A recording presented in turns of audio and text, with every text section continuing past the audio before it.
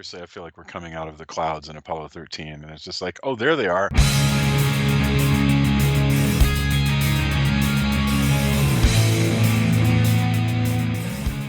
Welcome to Castle of Horror, the show dedicated to horror movies and awesomeness. This week, we return for the triumphal 2017-2018 season with a new summer film retrospective, starting with the classic Creature from the Black Lagoon of 1954. Bear in mind, if you haven't seen today's movie, we're going to be talking about it from the perspective of horror fans who have seen it, so warning, spoilers ahead. From Denver, Colorado, I'm your host, Jason Henderson, author of the Alex Van Helsing series from HarperCollins.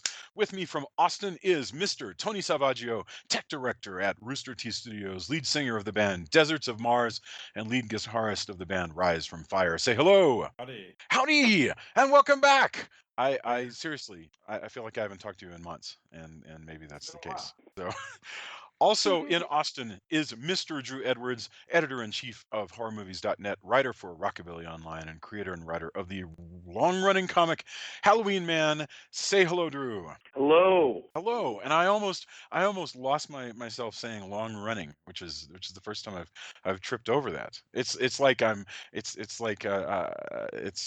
practice. we're getting back in the saddle. I'm out of practice. It's Yeah. really amazing. Back in the saddle again. I've never heard phrasing like that on that song, No, me but I'm neither. delighted to hear it. Okay. And finally, best version of that song, seriously, David Byrne, Red Hot and Blue. Okay. Also in Denver, right above me, right about 15, 20 feet above me on a different We're on story different levels. building. On the voice. Yep. We're on different levels. As always, color commentary from attorney Julia Guzman of Guzman Immigration of Denver. Say hello. Hi, I'm so excited to be back with the boys talking about horror movies. I was telling them that I really don't get much social interaction except for on Facebook. So this is like, there's a lot of pressure on them to fill like that huge void in my life. You hear that, guys? That these horror movies No pressure. No pressure. It's all a pleasurable exchange of opinions and ideas. Yeah, I like that you're like, oh, this is an enjoyable thing, as opposed to like this horror movie podcast could be literal horror for you. Right. No, I'm if it glad it's weren't not for you guys, then it probably would be like my weekly punishment that I endure because of my wifely duty. Yeah. I want to ask you guys what you've been doing before we get started, because we've had an unprecedented, well, I guess there's like one precedent in the past, but we've been going pretty solidly for a number of years. And then there was one time in the past when we took a long break, and this time we took a break that we thought would go longer, and it didn't go as long as we thought. But check in with me. What have you guys been doing with your summer? Rise from Fire's album is tracked. It's waiting to get mixed. We were waiting on Jeff Henson, our awesome producer and engineer, who's also in a band called Duel, and he was on tour doing that. Been writing new songs with Deserts of Mars as a two-piece. So the new stuff is going to sound different than the old stuff, but hopefully people still dig it. And then just busy with work, I think, like catching up on movies. And yeah, I think it's been, I guess, fairly uneventful, which is all right. But yeah, I can't think of any huge stuff. Although, Well, I mean, progress in the album is what's been dominating your time, and that totally makes sense. We're looking to play out more, especially once the album is out. Then you have something tangible. Where this is what we sound like. Now you should come to our shows. Love it. And by the way, the opening music on this show, I should mention, is Deserts of Mars. In fact, it's music by you, and I believe it's played by you, and. It's so awesome. You've given us our theme music. And hopefully, once it's out, you'll finally get the recorded version of Die by the Sword, which is about Sword of Dracula. I wonder if we could use, I mean, maybe we could use, first of all, I love Die by the Sword. I was always so thrilled that it existed. Maybe we can find a snippet of Die by the Sword to be a new theme for Castle of Horror, because I think Castle of Horror needs its own theme, and so you guys are musically minded. I'm not, so I'll let you think about that. Drew, what have you been doing for the summer? Well, I've been trying to get the finishing touches done on the long gestating Lucy Chaplin Science Starlet one shot, because that's what happens when you do a comic book and suddenly there's a breakout character and there is a demand. You say, okay, I'm going to give this character more of a spotlight and hopefully give people what they want. And I think ultimately, actually, it's funny, when I wrote the damn thing a few years ago, it was it was a lot more tongue in cheek. Like, I was kind of poking fun at like what became the alt-right and what became, you know, what was sort of men's rights activism and all that at the time. And I you know, it wasn't, they hadn't quite ascended to cartoonish supervillainy yet, and now they have. So it's weird. I think the people reading this are going to think that I wrote the damn thing like during the presidential election, and I assure you that I did not. Like, I wrote it like actually a good, you know, over the summer before you know, anybody was even really taking Donald Trump seriously as a presidential candidate. So other than that, you know, I've been writing on some new Halloween Man stuff. I'm actually, my next big undertaking is going to be an all Austin special. It's going to be all Austin artists, and even the editor is going to be somebody based out of Austin. And actually, it sounds like, I'm hoping this ends up 100% being the case, but it sounds like that Matt Frank, who has been on the show, is going to do the cover. So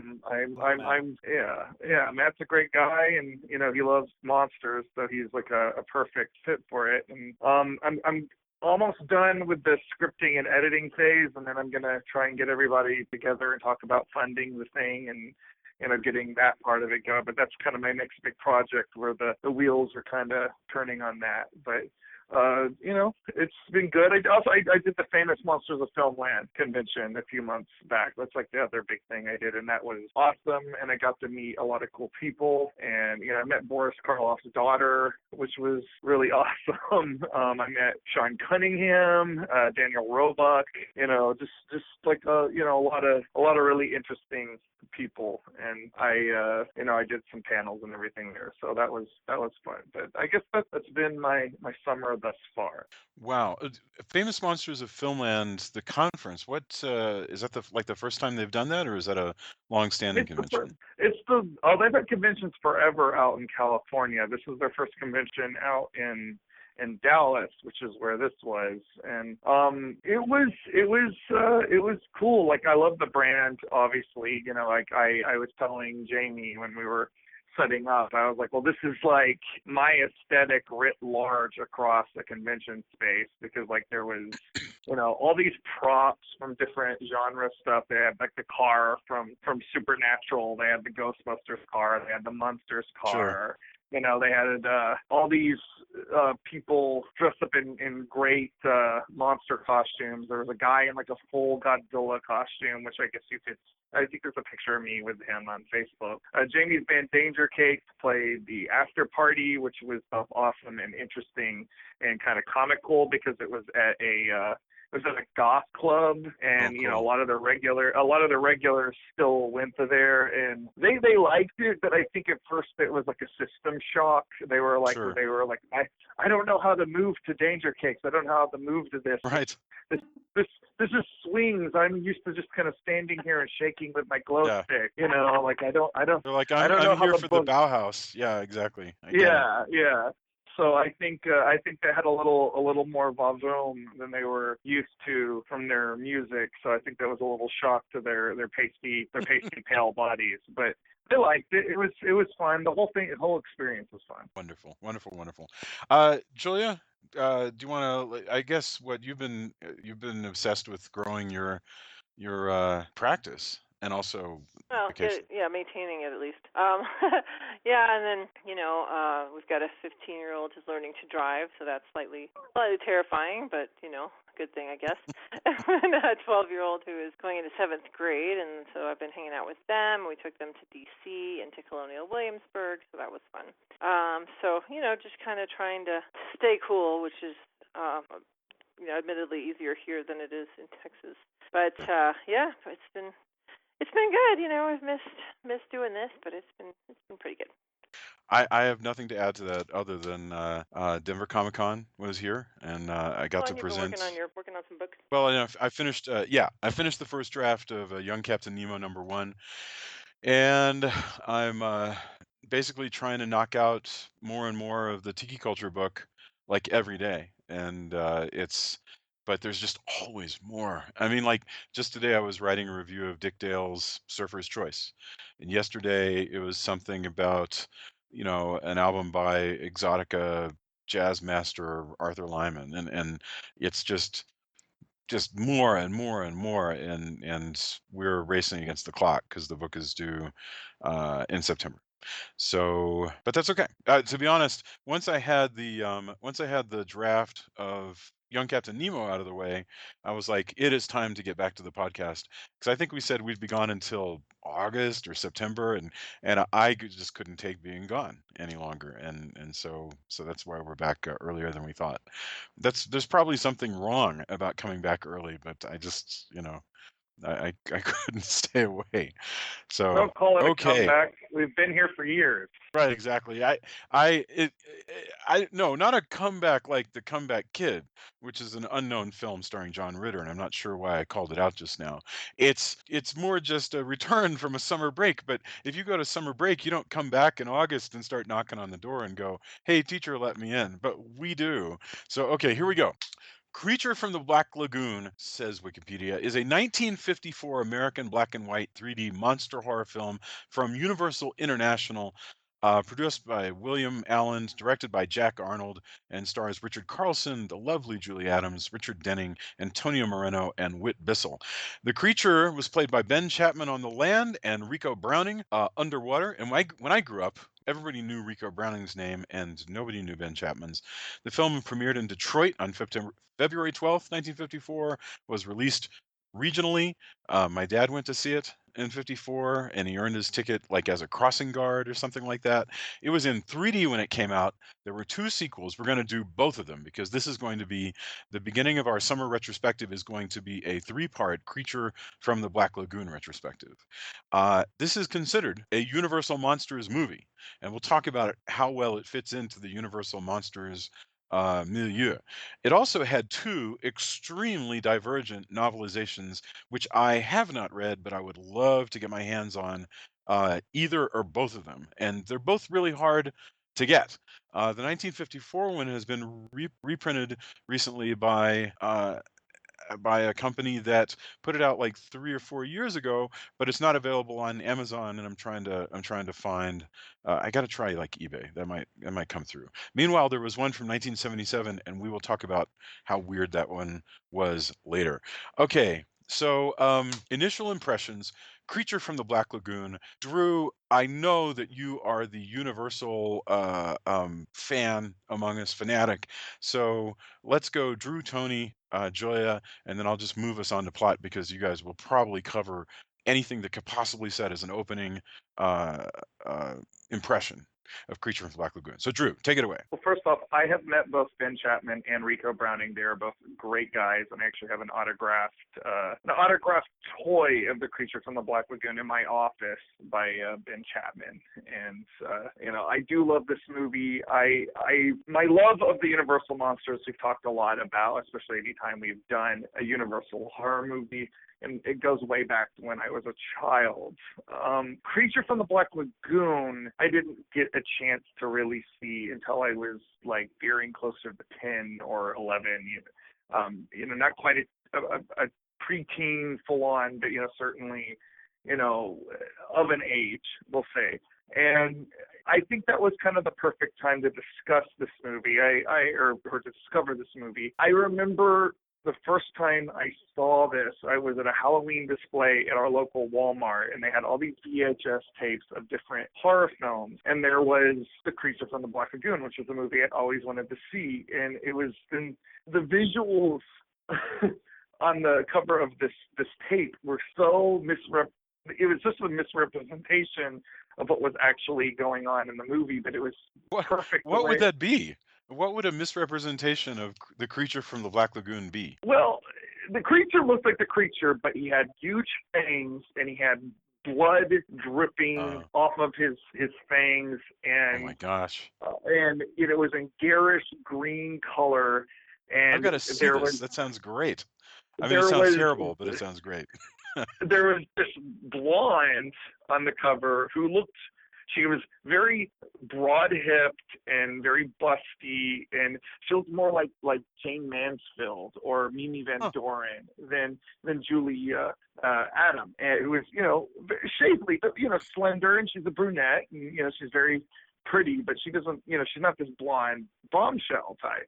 But nonetheless, I begged my parents to buy the tape, and I watched it, and I was very transfixed by this movie. And I always said I think that this movie is almost kind of a rite of passage for young horror films, because the creature himself is sort of, he is like the libido before you understand what that is.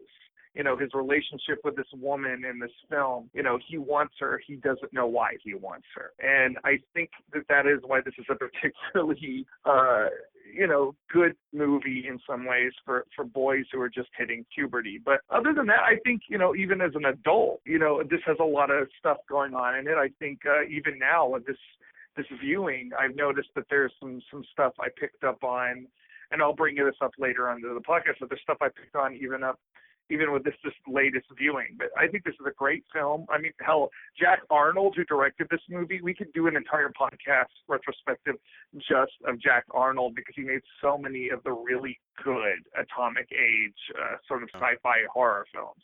But it's a great movie. I'm really excited to be discussing it. I've been pushing this for a while. And, anytime we get to talk about a Universal horror picture, I get really excited. So thank you for indulging. Oh, absolutely. Absolutely. Tony, I don't know what your history, and if anything, is with Creature from Black Lagoon. What are you bringing to it, and what did you think? I love this movie. I will say though, just before we kick it off, I think there should be a tiny bit of silence and a lot of respect. We lost George Romero today. Oh gosh, yeah. That's devastating in a lot of ways, and I think a lot of people who are into horror probably wouldn't be as into it without his influence. And he's done a lot of things other than zombie movies, and I tell people they should really search out, Martin, Crazy Monkey Shines, all these random weird stuff, just besides his just amazing satirical and horrific zombie movies. So, pour one out of whatever, coffee, milk, blood, whiskey, whatever you feel is appropriate for one of the greats. But not as well. And to add to that sad news, Martin Landau apparently has died as well. Actually, yeah. Oh my goodness. Yeah, it's been, in that case, it's been kind of a terrible day. I don't think I'd heard Martin Landau. That's that is. I mean, I think Romero is a really tragic loss, and Landau, also But I didn't even know about Landau. That's amazing. Yeah. Anyway, not to get too far Not off. at all. I think we should give respect where respect is due to Romero and the lasting influence he's had. I mean, we've covered many of his movies on just this podcast, much less talking about his filmography, amongst ourselves. Well, I'll tell you what. When we get to the recommendations, whatever you're going to recommend, also throw in what Romero experience you think people should reach out for, like what movie or whatever. Just think about like which one you'd point out. I think that'll be cool. Oh yeah. Anyway, to go back to this, I think I first saw this with my grandfather, and I remember we used to watch monster movies. There was a Saturday, so Saturdays, or maybe it was Sundays. There was a monster theater kind of thing, and they showed up. I remember now they had just ripped a section of the Close Encounters movie with all of the UFOs coming by on the highway. They can't have been legal now that I think about it. Maybe it was, I don't know. Anyway, we used to watch, horror movies, and he was really conservative, Catholic, talk catechism. But there were certain monster movies, older monster movies, and we would watch those, and I had a blast. It'd been a while since I've seen it, but I love the creature. The creature design is amazing. It's a strangely it's an ecological film, which I'd kind of not exactly forgotten, but didn't realize, what all is at stake until I watched it again the other day. I just really love this movie. It's got a lot of really interesting, it's got a lot of interesting atmosphere. The amount of water stunts that are in it, which can't have been easy at the time. It's pretty amazing. I would go so far as say it's probably not easy now. This stuff is hard. But I think it's really great. One of my favorite Universal films. Great creature effects, the whole thing. I do think that I probably remember. I think most people might remember the sequel more than this one. When I remember how it plays out, I found myself going back to that. But I love this movie. It's really great, beautiful black and white. The atmosphere and cinematography is excellent. Very cool. Julia, do you have any opening thoughts? Well, it's so funny because Jason has this little creature figure, action figure style type thing, and he's got a mummy one as well, and he's been doing like creature and mummy like odd couple scenes for years, where he just sets them up and then writes a little scene for them. So to me, creature has been part of our lives like for years, but I think that's literally the weirdest thing that you could tell about. It's super weird, but it's hilarious. And so I had never seen the film, so it was almost like watching like home movies of a relative or something. But the creature makes me laugh. I just think he's so cute, except when he's killing people, but mostly so cute and hilarious every time I see him, and I just thought he was so adorable. So I enjoyed it just because I thought it was funny and cute. I don't know if it really qualifies as horror aside from all the killing that happens, but I think he's pretty adorable. We'll accept your answer. Yeah, we'll accept that. So, and as an extra thing, I remember. So Jason was writing the script, and I worked on a video game for Universal through Konami at the time, and it was kid versions of monsters, and it was called Monster Force. And I remember at the time they would not let us use Creature from the Black Lagoon. Like we could have Dracula, Frankenstein, and Wolfman, but so we had to have a creature girl who was like a typical teen, and they were fine with that. But I never understood why they wouldn't. Why? They had their own plans. It was probably they had stuff brewing, and it was happened years and years ago. But they still have never made the movie they, I guess, thought they were going to make. That's right. And that's absolutely right. There's been talk every like 5 years of a reboot of the Creature from Black Lagoon. Supposedly, there's one in the works now. We'll see about that. I was so mad, and I don't understand. Marketing and all that gets into play, and money gets involved. But I was just remember so we can have a level where there's a creature, right? Like that would be cool. Oh no, you can't use that. So we came up with this teenage girl, and the voice actress who played the teen, she was fantastic. She was one of the best voice actresses in the game. Sadly, it never came to light. I think a Game Boy version got out there, and there were some animations that looked surprisingly like ones I had done. But but I just was so mad because I wanted the creature so badly, and they're just like, nah, you can't have that. Can't have the mummy. There were several that were just like, this makes no sense. You're making a Universal monster game. But that's the one I really wanted because, well, plus I already knew the ones we had. But it was really. I mean, the world of being in video games is that half the things you work on or more end up dying before they come out. All I remember is that, look, you were making a paycheck. I got paid for that job, so at least there's that. Animations. I love Universal, so that was cool to me. I mean, it'd be nicer if it shipped because then you can show people, hey, I worked on this thing. But I got to animate Kid Wolfman and Kid Dracula, Kid Frankenstein. That was cool. Yeah, absolutely. I liked Kid Dracula with his ice breath. But we're moving far afield. I promised I wouldn't add more because I don't want to belabor the opening thoughts. Other than I agree with everything that all of you guys said, and we will get into it. Let's start with the plot, and we'll throw in observations as we move along. I'm most intrigued, probably, by the way, by the idea of libido being expressed in this movie, and libido in many ways. And one of them that Joya was pointing out is a heaping dose of, I should say, homoeroticism in this film, with the sort of constant tug between the two hunky scientists who are always wandering around shirtless and yelling at. Yeah. So very, very, very short swimsuits. They're short shorts. Yes, exactly. I think if you were a gay man in the early 50s, this would be a swell movie for you. because you just go to watch the hunky scientists. But let's start. I think if you're a gay man now, this is a swell movie for you. Sure. If But you these like, guys have very early 1950s physiques. I think we're going too deep into this stuff right now, but they do. These are, if this were being shot today, these guys would not look like this. These guys are muscular the way that GIs coming out of the Korean War are muscular. They're not muscular like I've been working with my trainer for the last, 18 weeks are muscular. It's a different, you get a different look from the hunky 50s people, unless you're Steve Reeves playing Hercules.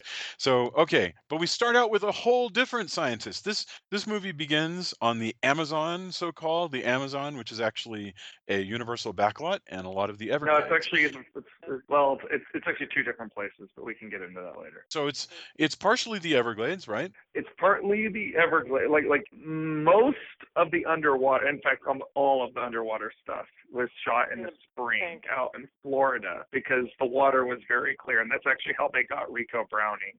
Is he was Nice. the guy that showed them, and they took some underwater footage, and they liked the way that he swam, so he became the creature from the Black Lagoon. The stuff on in the Rita is in the universal backlot. So, but you weren't wrong saying this was a very complicated movie to shoot. Yeah, I'm sure. We begin at a place that is presented as the Amazon, which I believe, Drew, if I'm hearing you right, is being shot in the Florida Everglades, and supposedly we're in the Amazon. You've got Dr. Carl, who is played by Antonio Moreno, and he is on an archaeological dig, and he finds a strange, scaly hand fossilized in a rock wall that he's exposed in his dig. And which, because so he's a brilliant archaeologist, he promptly breaks off. I'm like, I'm pretty sure that's not how they would do that. Yeah. They would maybe not. Wayne was watching it with me, and we were both like, "Oh, that is." I don't think we do that anymore. I mean, there was a time probably though where there was a lot of archaeology stuff that, hey, we're just gonna do this way, and Yeah. now I think hopefully, and again, not being archaeologists, I'm not sure, but I think we take a more measured approach in many things. Yeah, his thought is good, but now what they would show him do, because I only know about archaeology from the movies. So now what they would show them do is he'd take a little scalpel and he would remove a very tiny, like the size of a pencil eraser piece of tissue, and he would take that back Well, with and him. take a bunch of pictures. And he'd take a bunch of pictures, exactly. And he may not even have to take it back with him because now he could just send but his idea is he's going to take this hand back to this institute where a marine biology institute in Brazil, where a whole bunch of scientists are doing their marine biology thing, and all of his contacts are there. Now among them are romantic leads. There's David, who is the ichthyologist, who is on leave from California and working at this institute in Brazil. His girlfriend slash fiance, whatever she is, Kay, who's also an ichthyologist and works at the institute. And then there's Mark, who looks like Doc Savage and runs. That's Richard Denning. He is in love with Kay. He is jealous of David, and he runs the Marine Biology Institute always with an eye towards the board of directors and making money and keeping everything running. Yes. About the one thing about this character, and this is something I never picked up on, his relationship with Kay. This is something I never picked up on until now, this time that I was watching it. Really? There's this whole business. No, not of the fact that he's in love with Kay and that there's this love triangle thing going on, but there's this whole business that they keep talking about how he's not a very good scientist, but he's responsible for some good findings. And but then they keep saying, well, he's taken some credit for some good findings. And there's even a kind of a throwaway line where one of the other scientists on the expedition says, well, he needed you just as much as you needed him early on in your career. So the thing that I took away from this time is that maybe what they were trying to imply is that he's taking credit for a lot of Kay's work because he's a man and this is the 1950s, but they can't outright say that. Yeah. I did not catch that, but yeah, go ahead, Tony. No, I thought that too, and I also it seemed like they had a relationship of some sort at one point as well. Well, Yeah. at least he's been trying. Definitely. She goes. Well, She says he's been trying. And I've been. It's very strange, and it's different from what we would expect from office politics today. I assume. Really, I have no idea. She's like, I've been putting up with him hitting on me since the very beginning. She doesn't say it in these words, and it's just the way it is because I need this job. If I understand what she said, if I can turn it into English, I think what she said is, he hits on me all the time, but I need a job. she still finds him charming. That's Oh, the is thing. that well? Because even when her boyfriend, much to his chagrin, she's often like, "No, he's cool." Yeah. He's like, he kind of plays it as like that's kind of a jerk, and she's like, "No, he's all right." Like, and well, he is very Well, handsome. and she acknowledges that they need his money. Like Sure. she's a bit more of a realist about it than Dr. Reed, played by Richard Carlson, who, by the way, if we could go on the Wayback Machine, that guy would be a perfect Reed Richards. oh, absolutely. You mean Edwin? The guy Edwin? Is that Reed? I think you. Dr. Reed, the good guy scientist, instead of asshole abuser of wildlife scientist. Yeah. So, Jason, how weird is Cigarette throwing scientist? Yeah. No, that's her. She's the one who throws the cigarette. Never mind. Yeah, when Kay throws a cigarette into the water and the creature's like, "What the hell are you doing?" Oh, David. Yeah, I keep thinking of him as David, but yes, you're talking about. But we can also think of him as the brown-headed scientist and the blonde scientist. The blonde is kind of an asshole who always wears his shirt open. Yeah, and he always he thinks this is a GQ model. I was super annoyed with him at the end there because he was like wearing a jacket, but it's open, and I'm like, is it hot or not, dude? Just decide. Do you need the jacket or don't you? In the same scene, wind. What? Windy. Yeah, it's windy. He needs a windbreaker. In the same scene, But not David his though. chest. His chest doesn't need it. Sure. Just his But I arms. mean, like I say, David Reed in the same scene, he doesn't have a shirt at all. I mean, these guys really spend most of their No, time. I'm talking about in the rowboat, and the other guy has a T-shirt. And he's got his jacket open. He had a black T-shirt. Yes, and that scene, suddenly he had a black T-shirt and black chinos. So, Jason, how weird is it that we have the characters of Mark and David, which is the name of our main characters in SciComm? And I was watching this like, it's so strange. Like one's blonde, one's dark. Like, I don't know. It was certainly nothing we ever thought about. Wow. No, it is mind blowing. I mean, the colors are reversed. That is the colors are right. The colors are right because one of the good guy that the characters would be flipped. The good guy aspect is reversed. That is hilarious. But it's still strange when I was watching this. I don't know. That's wonderful. Yeah, Mark and Mark is not per se a bad guy. He is just the several things here. First of all, in movies of this period, there's always this notion that officers always fight amongst themselves and then are able to work together. It's a cliche from World War II movies that the officer one is the stick in the mud and the other is the daring one. In this case, it's one is the guy who's looking at the bottom line all the time and the other is only interested in science. But he's a good guy. They work together constantly. I'm gonna disagree that this guy is a good guy. Like when they try to catch the Gill Man, he literally starts beating the crap out of him with a blunt end of his harpoon gun. Like, it's one thing when he is, like, attacking you. Like, I get that. But, like, that's sadism right there. Like, there's something wrong with this guy. He's got a little Patrick Bateman in his DNA. Or I guess maybe the other way around. Patrick Bateman has a little, maybe this guy's a loose relationship to him. Because, like, this guy's an asshole. Like, I'm sorry. I guess like, that's true. I just, to me, I agree with you completely, but I was just thinking that the level of violence that he finds fairly easy to fall back to was not unusual for characters in the period, which maybe says something bad about. I think that Jack Arnold and his screenwriters are trying to show that this guy is a sadist. I don't think that they view him very sympathetically.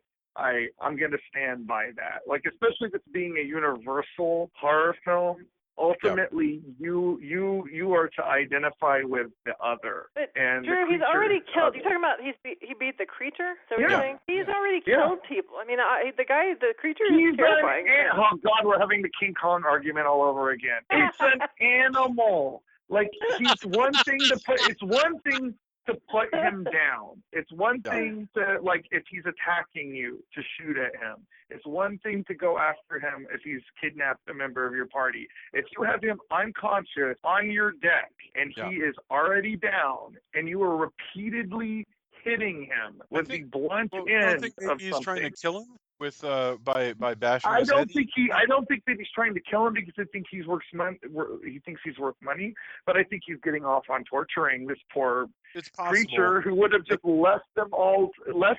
He did not ask for them to come into his house. Okay, there's two thoughts here. This is home invasion. I want to tease these two thoughts apart, but first, in Universal Pictures, I've seen when they want to show that somebody's a sadist, you put the creature behind bars and somebody comes up and starts poking him with something, and the creature like huddles and tries to protect himself and then finally gets pissed off. There's nothing like that here. I agree with you, but the moment you're talking about is a short moment. I think that it's the same thing. The only reason why y'all are giving him a pass is because he's handsome. If this was Dwight Fry playing Fritz, or Bela Lugosi playing Igor, you would all acknowledge that this guy is a douche nozzle. Oh no, I grant you. Your Patrick Bateman idea is a really good one. He is a douche. Totally. You show up in the savannah and lions kill your people who you're on safari with, and then you tranquilize the lion and you beat it with the butt of your gun. You're not a good person, despite the fact that because you showed up in the lion's den. No, I agree. I mean, the creature's like, why the hell? Okay, so you showed up in my territory and you ripped my dead ancestor's fossilized hand out. Thanks a lot. That was also great. Then you no, so Tony, the creature's not good. Tony, is that why? Can you give me your theory? Why does the creature start this whole plot rolling? Because is it hey, I like to visit that old fossil hand every now and then, and you guys stole it, and now I'm going to kill all the humans? Because presumably he hasn't been killing people for years. I think it's more of an invasion thing. I mean, that's part of it, I'm sure. Like, what are you doing in my territory? You're certainly, you're breaking off ancestor hands, and who knows what else you'll do. And he is smart, so it's not impossible to imagine such a thing, because this creature, he knows like that they're trying to haul the sticks out of the way, and he's smart enough to grab the cable and break it. So he's he's not dumb. He's not a lizard, Well, I mean, apes will know, apes are smart, but apes will also rip you into pieces if they think you've done something wrong. I mean, the intelligence factor makes it interesting when we see the creature's reactions, but he's still at the heart an animal. That these people have come in and invaded his space, and then and then shooting him with a spear gun. He's like, hey, you guys are coming here, you're throwing cigarette butts into where I live. Okay, that's a hilarious moment. You're also, poisoning things. And then I try to defend myself and you shoot me with a spear gun. Whoa, what's up? I love that moment. Julie Adams is there smoking a cigarette. Once again, she looks beautiful. She goes through so many costume changes, and in this case, she's wearing like khaki shorts. She looks like a golfer. She's there at the railing. She's smoking a cigarette, and she just tosses the cigarette. It lands in the water, and the creature is right below the cigarette, and he's looking up like, what the? It's so cool. I love how the creature is like stalking them all the time. Okay, so back to the Institute. Dr. Carl, who has a voice like Ricky Ricardo, and Antonio Moreno actually, Desi Arnaz Jr. Desi Arnaz was Cuban. Antonio Moreno is Spanish. Nevertheless, the accent sounds very, very similar. Dr. Carl goes back to the Institute, says, hey, this is amazing. This could be something really big. Why don't we hire a boat and create a whole expedition down the Amazon to where I found this hand, and maybe we can discover, a missing link, or whatever we're going to call it, some kind of piscine amphibious humanoid, so they say, and A everybody's gill down for man, if you will. a gill. All right, lines like that are what make these movies wonderful. A gill man, if you will. You know, they're Drew, you have a feel for this time period. What's going on with scientists in 1954? Because I'm thinking of like Pal's War of the Worlds, and we just watched Secret of the Incas, and there's this thing going on with like, square-jawed scientists who are unleashing a lot of monsters, but also like saving us from the monsters. When did scientists become our heroes, and then when did they stop being our heroes? Well, what's interesting about this is only a few years after the atomic bomb. So I think the thing that you're seeing going on with science fiction films of this time period in particular is that we are both enamored and fearful of science. We can split the atom. How mighty is the human race? You know, how great it is that America has Jesus Christ and the atomic bomb on their side. That's amazing for the United States. So on that level, we love science, but at the same time, man, we can split the atom. What Right. the hell? You know, like that sounds like something out of a pulp magazine. You know, anybody who would do that was obviously crazy. So I think that's the duality of science and science fiction films of this time period. Also, remember, there's a huge push towards science and engineering post-war, and also as we push towards, going to the moon, being more scientifically adept. And our enemies during this time. Yeah, because of the Cold War. Yeah. And so there's the Cold War. There's also all of the scientists who have come from Germany. There's also the fact that science was huge for Germany, and why we got a lot of this because Hitler was developing. Our enemies were developing all kinds of crazy stuff that we're lucky a lot of it didn't actually get made. So we have this whole fascination and horror, just like what Drew's saying with and science is being pushed in ways that perhaps it wasn't before. As science as a look, heroic scientist. Heroic scientists, making that monkey scientists. Yeah, no, and like I say, you see it in, look at the character in War of the Worlds that we begin with, Dr. Clayton Forrester, played by it's escaping me right now. But anyway, no, not that Clayton Forrester. I'm Same sorry. one. It was John Barry, I think, and basically he starts out camping, and he's got, he's wearing a checkered shirt, and he's got stubble, but he's a scientist, and being a scientist means that cops listen to him. He's the ultimate authority American, and it's sort of amazing, this idea that look what the prime specimen of an American is. It's a square-jawed scientist who can punch people, and that's you get two. Well, it's kind of a shame. Don't you think it's kind of a shame that we've gone the other way now? Like we don't respect intellectuals anymore. We demonize them now. It's hard to say. I mean, so yes, I agree. I mean, in the perspective of thinking of the presidential election and stuff like that, we know that anti-intellectualism is a popular movement in the United States. That's for sure. And yet at the same time, you look at things like Spider-Man: Homecoming, and nerds have become more popular than ever. Now Peter Parker goes to a magnet school. Flash Thompson is another nerd. So I think the culture is kind of split now. So there's half people who fear intellectuals, and half people who are like way into science, and so I don't know. I think our culture has gotten weirder than it was. It's pretty weird in the 50s, but it's just it's very, very different. It is. Anyway. It is. We keep talking about how good looking all these people are, but it is interesting to think that like you have this love triangle of frankly preposterously good looking people, and they're all scientists. None of them are Steve Urkel types. They're so. You've got their friend who is more nerdy than they are slightly, and that's Dr. Ed, And he's only slightly nerdier than they are. He's still a handsome guy. He's just shorter than they are. That's all. That's the only difference. And then you got the two older guys. They're older. They're in their 50s or older, and they're heavy. So you got that. And they're sort of out of it. Basically, the reason that they have been cast that way is so that they won't pull focus from the heroes who are locked in their romantic triangle. Yeah, yeah. So anyway, they head out on an expedition. Man, I love this kind of thing. Anything where the characters at some point go, well, I guess we need to requisition a boat on the Amazon.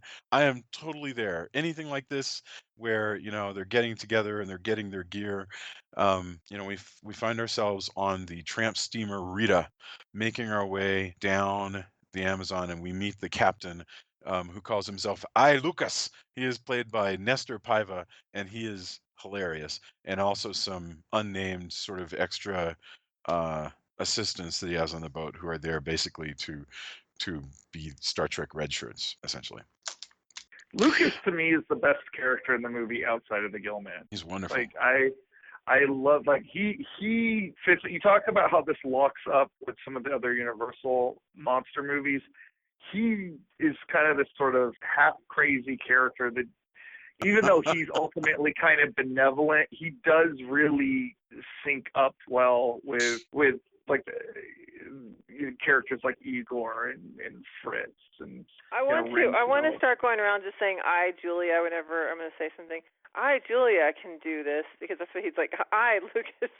Every time he says something, he starts with I, Lucas. Well, blah blah blah. My favorite part in the entire movie is when he pulls the knife on the yeah.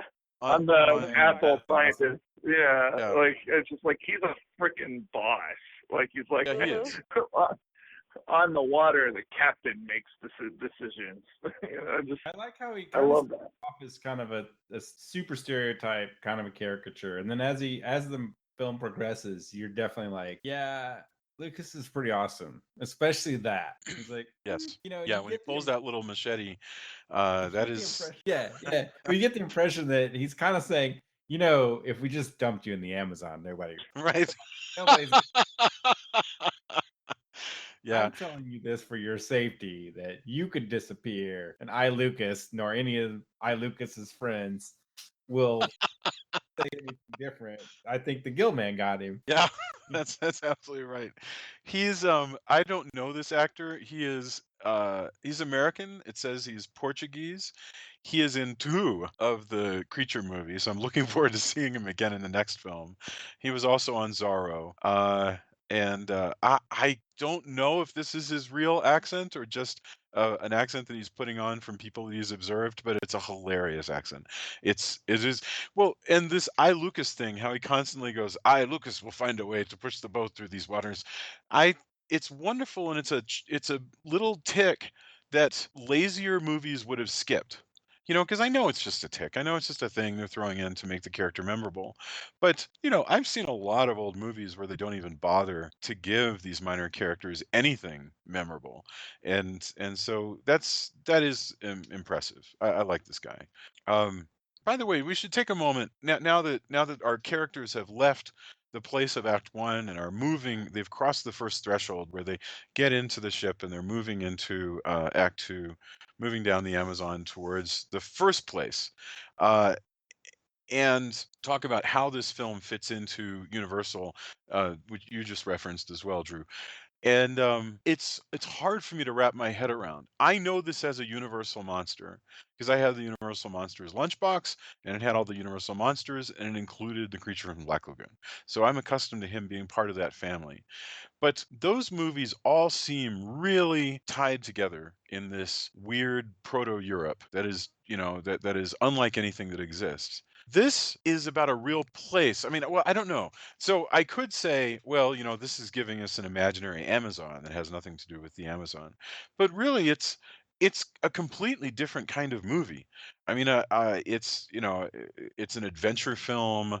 They're on a boat most of the time. I mean, there's none of that sort of staginess and giant sets and all that stuff that was going on with. Well, the giant set is the river, and I guess you're right. Yeah. But this is an expedition monster movie the same way the Mummy movies are. I think that this Well, that's a good has point. a lot of common DNA, especially with the mummy's ghost and the mummy's hand, which were nominally expedition films. Like they have a lot of like setup of, okay, we're gonna go here, and then there's Yeah. being a monster where they go. Yeah. The other thing that really ties this in, and I briefly touched upon this, is that this movie has that same thing where you're identifying with the other. Like you have a sympathetic monster. You know, you are supposed to be fearful of the gill man. You are supposed to be fearful of the creature, but you're also meant to feel bad for him. And you know, there's quite a bit of fan speculation. Like, is he the last of his kind? Is what would have happened? Why couldn't they have just left him alone? That definitely puts him in the same sort of ilk as Frankenstein and the Wolfman, both of which you are meant to identify with as well as be afraid of. Yeah, by the way, I am curious about okay, responding to that first. I guess that's absolutely correct. It's an expedition film, and I see your point about the mummy. I mean, and that means, though, if you were to create a monster mash that linked these together, the most difficult stitching you will do is figuring out how to take those gothic horrors of the 30s and 40s and tie them in any meaningful way to these, guys running around outside messing with things they shouldn't mess with horrors like the mummy and the creature. I'm not saying it can't be done. I'm saying that is complicated and sounds kind of cool. I mean, I'm always willing to see them try it, and I, you never know how it'll work out. Okay, so the first thing they discover when they get on their boat is they head back to the place of the original dig, and they discover that Dr. Carl's assistants have been murdered by something that they think is a jaguar. And that is distressing, but none of them takes it as like anything other than a tragedy. Nobody thinks it's like supernatural or has anything to do with the fossil that they found. So they immediately set about trying to locate the rest of this fossil. They're hoping they can find a body that will go with this hand that they found, but it turns out that they can't. There's no body left. Now, this is really weird in the way that the set was actually constructed at the beginning, because the prop hand was sticking out of the wall in such a way as to suggest that there was still a body inside the rock. But it turns out that it's not there. So, I mean, I don't want to do too much of a fan theory here because I know this sounds silly, but given that we saw the thing sticking out of the rock and there's no body in there, maybe we could assume that the Gillman stuck it in there.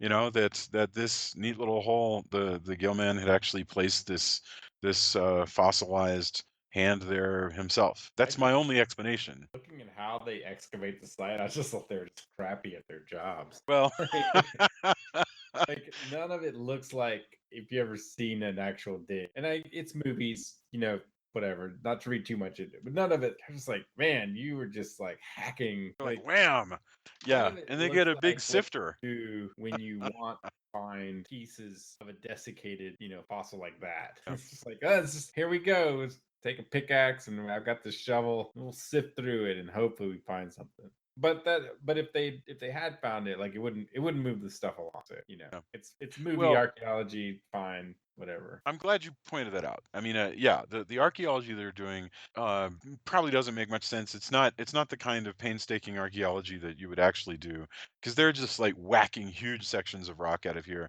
and then breaking it up into little pieces and then sifting it in like a sifter. Maybe some of that has something to do with reality. I don't know. None of this looks familiar to me.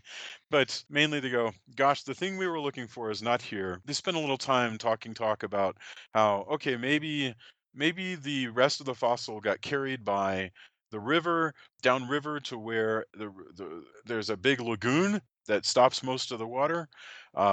Maybe we'll find the rest of the fossil down there. They're like, it's a long shot, but gosh, we already have a boat, so let's try it.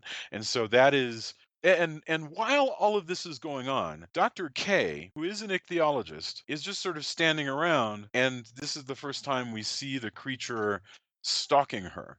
First as just a hand, because he pops up whenever she's near the shore he'll like stick his little hand up out of the water, like scrape it along the clay and disappear. Um, Meaning that the creature moves out of the lagoon, way up the river to wherever they are, and back again, like all the time. Is he the only? By the way, this might seem like a stupid question, but I know that we see only one creature in this movie. And if you haven't seen the design, I can't imagine nobody's seen the design. But regardless, is he literally the only creature in this movie? I mean, There's is he been a only? lot of speculation that there might be more than one creature, and the creature at the beginning is actually a second creature. I don't think that was the intention of the filmmakers. I think there's, if you're just going to take this movie as is, you have to kind of look at it like, no, there's only the one creature. I There said in was this movie. I didn't mean to. I meant in this world. Like, are we to think that he is the last? You mentioned this, the last of his kind. It's hard to imagine. That would be like King Kong, basically, where Well, this movie is very much inspired by King Kong, which is another, sort of expedition monster movie, and probably the best example of one, actually. But this is. There was talk of doing a female creature in the second film, and they actually initially sculpted a very different head for the creature than the one that we ended up with. It was like smoother. It was actually partly inspired by the Oscar statuette. Yeah, the Oscar. That's right. no kidding. Yeah, and it looks very different, and they ended up going with the more familiar one, but they had talked about using the different sculpt for maybe the female creature in the sequel. It never came to pass. So, I think it's honestly better to view him as the last of his kind. I think, if the movie plays better if you view, that the tragedy of this character is more felt. It's felt deeper if you think of it in those terms. It also explains maybe why he's longing for a mate so bad, and he's actually becomes infatuated with this woman that's of a completely different species than him. I mean, Although, but when the scientists spot him, they say he looked almost human. So whatever the creature looks like to us in terms of this suit, the scientists see him as some kind of mutated human being, or some kind of pre-human, like a Neanderthal in a way. Although an Well, you ocean. said it right. You said it right earlier. A missing link. Right.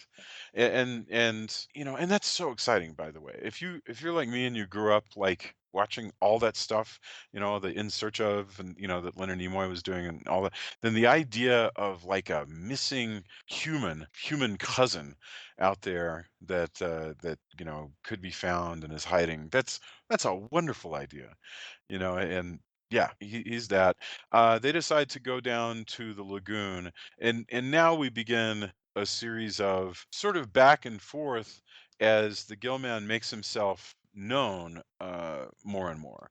And I want to skip straight to, because a lot of it really honestly is them just trying to figure out if there is something in the water. They do a little bit of science where they determine, yes, this is the same sand as we found upriver, but who cares? We're not there for that.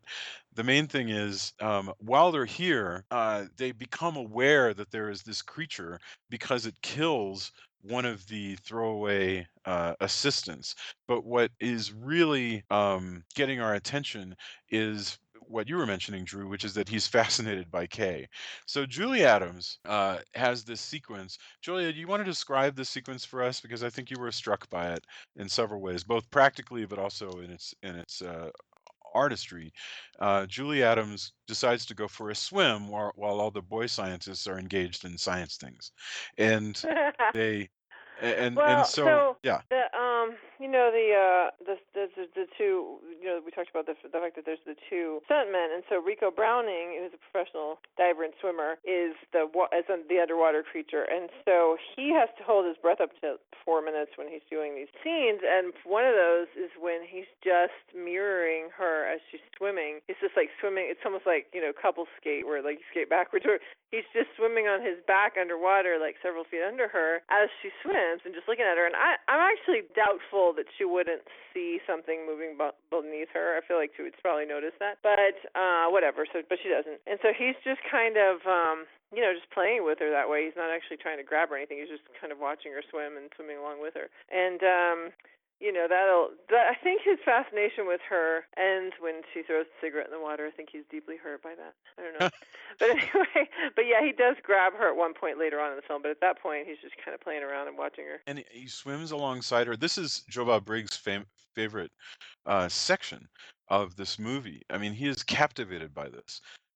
He writes in his book, Profoundly Disturbing. Go ahead, Drew. I think, when I talk about, this movie being like having this sort of effect on yeah, you said libido. You said this is it. Like, this is it defined. I mean, the creature right here is awkward male lust.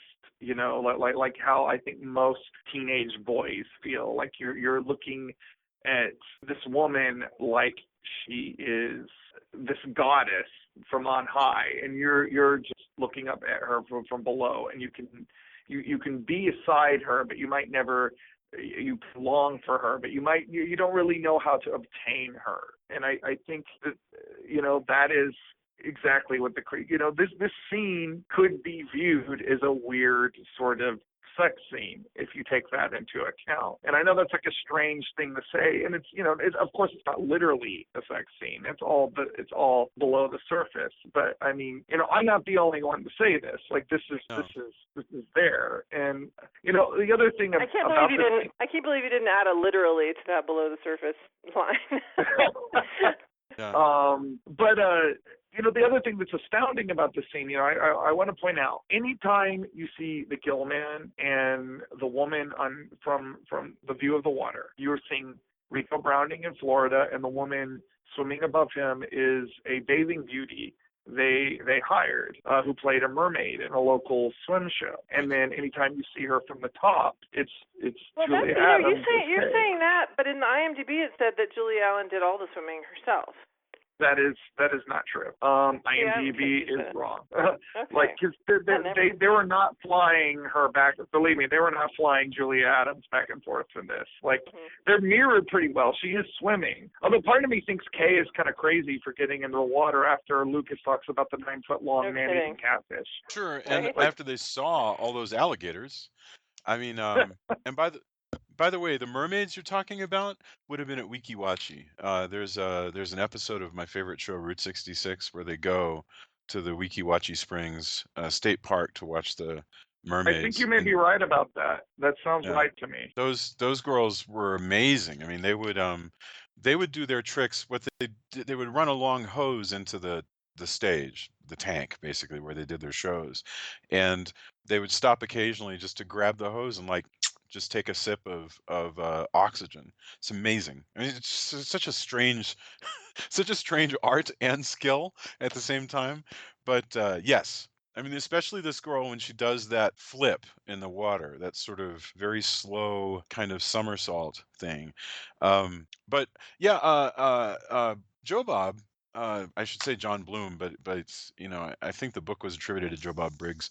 He talks about how he said looking at the creature from far away, the creature looking at Kay from far away the way he does is like being a formless feeling outcast watching a beautiful girl in like middle school or high school and not having the means or even the language to approach. And that's for sure. I mean, no doubt about it. I see that symbolism. Although I have to say, I see it, Joe Bob sees it, you see it. I don't know for sure if the makers of this movie saw it or if they struck gold with it. I don't. I just literally have. Jack Arnold was no fool. I think we can definitely say that they knew what they were doing. Like I don't think this is one of those happy accident things. But I think Monster. Yeah, but So here's my question, and maybe I'm just being sort of a jerk towards Jack Arnold, but I kind of feel like the way that he would have described it is the monster likes staring at the beautiful girl and wants to kidnap her. I don't think he would say the monster stands for pubescent males with acne, and formlessness, and I don't think he would think in those terms. Maybe he would, but my picture From of from yeah, go from ahead. all and everything I've ever read about Jack Arnold, he sounded like he was a guy that really thought about what was going into these scenes. And I mean, I think if you not even just look Tarantula, that movie's about as on the nose as you're gonna get. But like you look at something like The Incredible Shrinking Man, which is another Yeah. Jack Arnold movie. There's a lot Beautiful. going on there, Jason. You're absolutely right. And The Incredible Shrinking Man is a deep, deep picture. And that was a Richard Matheson script, actually, come to think of it. So anyway, this is a really good thought. Listen, I think that symbolism is there, whether it was whether we know how deeply it was intended or not. Okay, so after the Gill man stalks Kay while she's swimming, they realize he's for real because he gets this is a piece. They have this scene that it looks very much like something out of Jaws. He gets caught in their net because he's stalking Kay. He gets caught, they try to haul him in, and he nearly breaks the mast of the boat because he's pulling against the ship. It is so much like Spielberg's Jaws. Spielberg does it better because he's Spielberg, but that's going on, and he finally gets away by just tearing through the net, which is exactly how that scene resolves in Jaws as well, if you recall, is that finally the shark Bruce just breaks the cable and gets away. But that he leaves a claw behind, and so they know that that he exists. So the next thing that they do, Julia, you were asking about this. They decide, okay, we know there's this creature there. We should figure out a way to drug him and catch him, and they come up with some kind of a chemical. Uh, Right, and I'm highly suspicious when that guy says, I use this to catch fish all the time. I would not eat those fish because what the hell is he drugging them with that now we're going to be eating? Although Well, it yeah, I mean, apparently it's doesn't affect people so much, but it's supposed to wear off and it's supposed to paralyze them. Not he's not poisoning them, but it's not a lethal poison. But Right. yeah, I yeah, mean, well, hey, I wouldn't. That's not a thing I would do. But evidently, he's done it enough that it's all right. Maybe it. I hope so. I mean, but this is a time when people kind of still thought that you could wear like fireproof gloves made of asbestos, Oh and yeah. fireproof underwear made of and asbestos for smoke. that. Smoking wasn't bad for you. You could smoke all day Right. long. Like, So oh, I ah. go ahead, Tony. I'm sorry. No, well, I mean, DDT wasn't. Yeah. We didn't realize.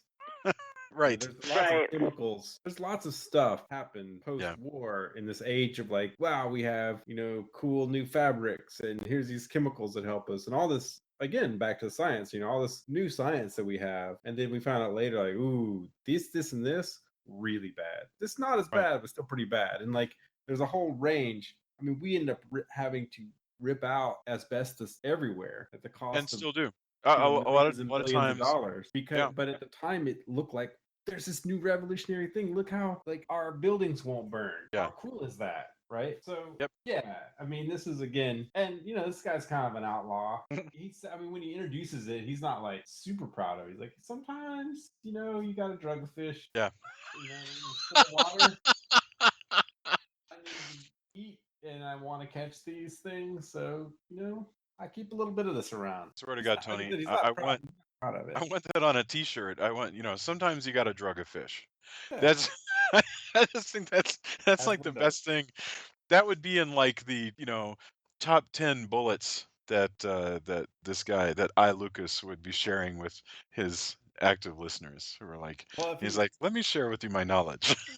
I think that shirt is also him smiling with his like knife in one hand, like what you get when you get Lucas. Like you're in for all of Lucas. Fish drugging, knife wielding, devil may care, cigar chomping Lucas. In for a penny, in for a pound. He's just fabulous. He does need his own series, truly. So all of this amounts to that they try this a couple ways. they spent a long time with the let's try drugging the top of the water, let's try drugging down farther in the water. The gill man does have a place to go and hide. They don't know this yet, so it doesn't have much effect until the gill man comes up onto the boat, and then he manages to get drugged by the water in the process of coming up.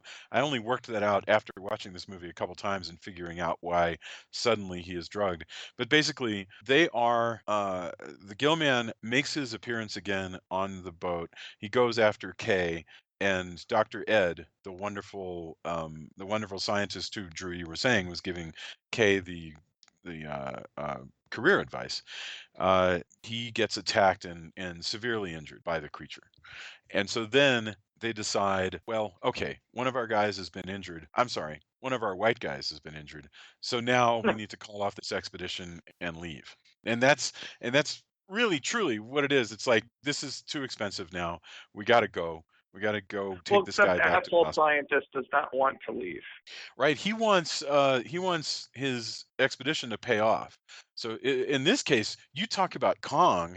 This time he's like in the 1976 Kong, the Carl character, not the Carl character, the oil man character, the financier character, played by Charles Yeah. Grodin. And it's He's very exactly much like Which like is a that. character.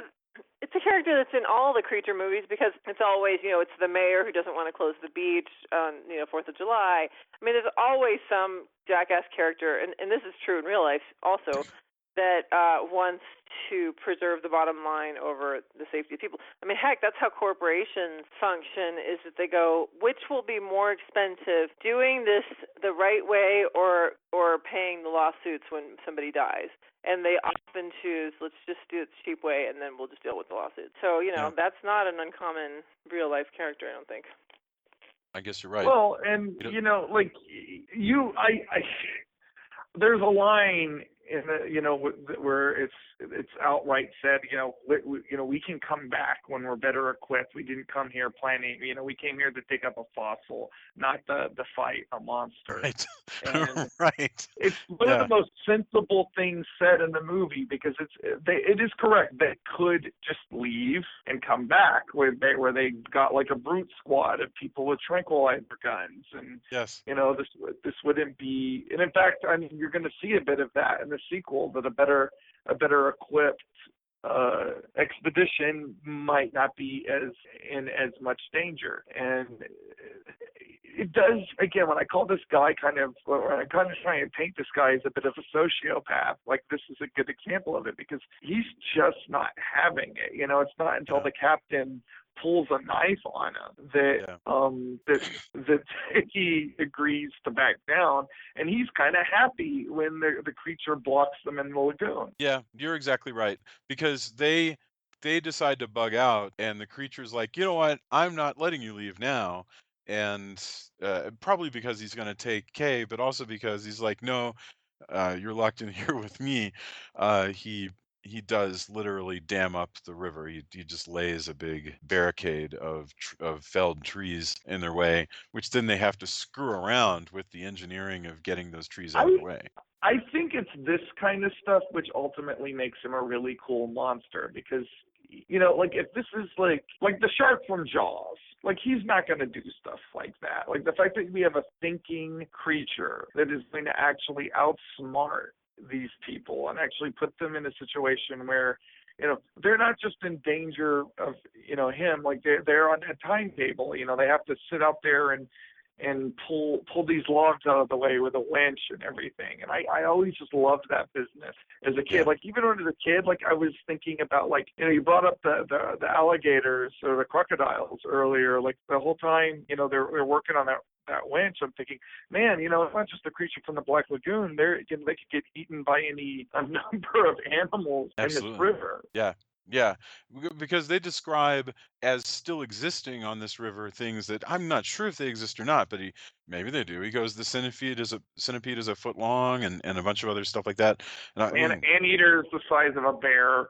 Yeah, I don't know. I mean, what do I know? But to your point about her swimming, now she's swimming in the lagoon, and I don't know, maybe the lagoon is safer than the river as far as all the critters go. Well, I'm just talking about how they're trying to work on this winch, and like, it's something I thought about as a kid. Like it's not just a creature that's a danger to them. Like they never play on that. No, But there's no 'cause there's, like, snakes. could. There's no big bugs, but there could be. I mean, that would require a post-millennium level of budget. But like I have to tell you one thing though. When David goes down there to help attach the cable, to these sticks, Tony. I mean, you spent time in that. Well, I mean, all of us are from Texas. All of us from the South. Man, running around in shorts all the time. I get it, but there is nothing like having to get on your knees and have wood or bark or any shit like that on your knees. I mean, this just I just could not believe that this guy was down there in this river, like sitting, like kneeling on this stuff while he was attaching it. I really was, I was impressed with his commitment there for that. Well, it So can't be fun. Like, but it's less fun to get killed by a gill man exactly. one by one in a lagoon that you had no place being in the first place. That's So absolutely right. he's Yeah, no, he gets you can comforted. swallow it. Don't get me wrong. When the But alternative is Gillman attack, you'll probably like scrape up your knees and it's fine. yeah, yeah. Also, So yeah, he's also protecting the Gillman. I mean, he knows if they get out that there's less of a likelihood that his buddy, corporate science guy, is gonna just fill the Gillman full of spears. So, it's no, get that's away as well true. as, you know what, let's just leave the dude here because I'm an ichthyologist and I kind of want him to survive and not be an exhibit dead. All right, so tell me this because I don't want to misunderstand David, the good scientist. I don't want to misunderstand him because you're right. At the end, he does say no, let him go. But I have to say, I would think that if Mark were to say, listen, I know a way that we can capture him and keep him and carry him back, and it'll be a big deal. I'm certain that David would go along with that, and actually, as I think about it, he does go along with it. It's just eventually, I think he decides, cut your losses. This is too hard. This thing is not going to be taken easily. They have to put together they put together a makeshift cage to hold, and this is when Ed got hurt. I apologize for this. They put together a makeshift cage and held the creature, and the creature was held for all of like 3 hours and basically He's just looking up through the hole in the cage with his little mouth open and I swear to closing, God, open that and was the closed. best, like It made one me of the laugh best so much. images in the whole movie is Mhm. they've got him in that cage, and I mean, admittedly, it's a mask, so of course his eyes are open, but the creature's just standing in the cage, staring back at them. Opening his He's mouth like, and closing his mouth. when I get out, all of you are getting creatured.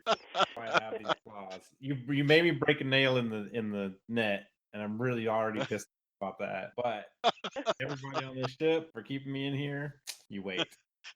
You Yep. guys are so gonna regret this. It's really And then funny. he just jumps out and he's like, ta-da! Right.